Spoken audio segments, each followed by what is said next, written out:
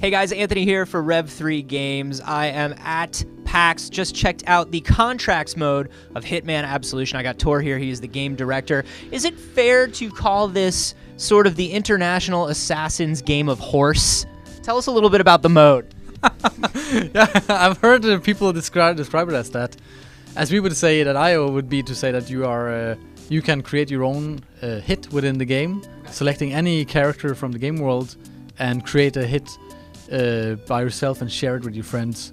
And you can create certain conditions that you will see met that could create, you can say, extra bonuses within your contract. So in that way, you can call it a game of horse. So yeah, this is, you guys use maps that are part of the campaign mode, and the player goes through and kind of however they play the map, it then becomes sort of a challenge for their friends, right? Is that how it goes down?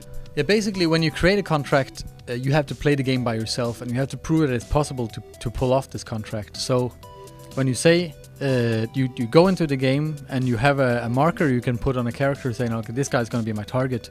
Then you take him down in whatever way you want. You put on a disguise, you use a special weapon, you hide all the evidence, or you make it look like an accident. All these things that are kind of, you can say, hallmark kind of Hitman features is things you can tap into in contracts and use as well. So there's a lot of kind of emergent gameplay in this, as the NPCs will be, I mean, they're kind of running on a basic AI, so they will be doing all kinds of unpredicted things when you kind of tamper with them. And this is something that we've been seeing players doing for years with the old games. We just kind of put it into a system now and made it possible for them to create it in Absolution.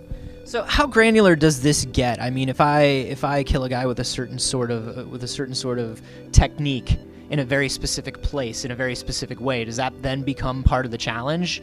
Or do you kind of allow for a little bit of that NPC AI to kind of react differently each time? Well, definitely, it's up to you as the creator. If you want everything you do to kind of be like important to the contract, you can set it as conditions, and people can also get a hint then to what you did. If you're doing something really devious and kind of trying to get away with something that is very hard to pull off, sometimes it can actually be a good idea to hide these conditions for people so that they don't really understand how you did it. They just know that he actually took out a guy in the middle of a crowd, unseen. How did he do that? I have no idea.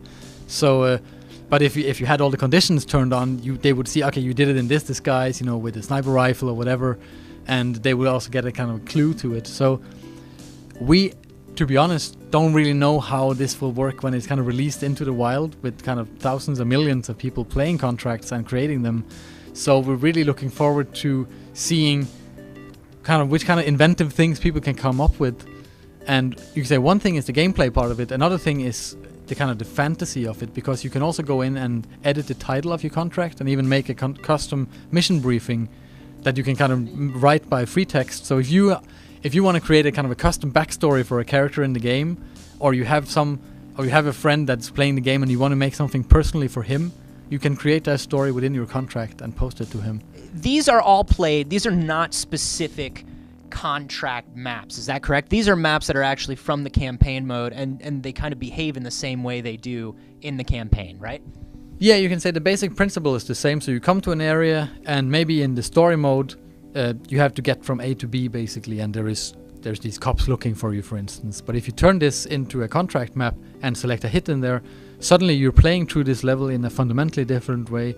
And for us, this is far more powerful than creating a new scenario to do this in, because you can say everything is very fine-tuned in the story mode, but it is fine-tuned in a degree where it's based on the player's choices. So anything you can choose in story mode is kind of multiplied in contracts mode, because when you select a different target, the whole game kind of changes to focus on that. What do I get if I beat my friend's contract besides bragging rights? Like, what do you get out of playing and completing these contracts? Well, you do get money out of it that you can spend on, you can say, upgrading weapons and buying new weapons or disguises that you can use in your contracts.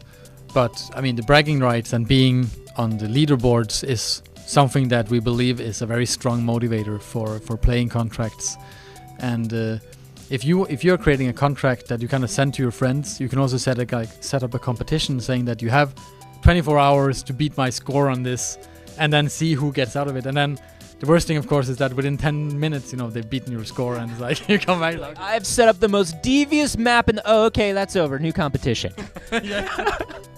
So these maps, since they're all campaign maps, do we start off with contracts completely unlocked, or is this something where more things become available to us as we play through the campaign? Well, actually, as you play through the campaign, you can always access contracts on that specific level. If you just press the pause button, we will kind of push a featured contract, as we call them, for that specific level or that specific area. While if you just want to play contracts from the get-go, you can go straight to the contracts menu and start selecting there. We have been kind of careful about limiting too much what people could do, because we also believe that this is such a powerful feature in the game and we really want people to enjoy it. We don't want them to be limited by the story mode to play contracts.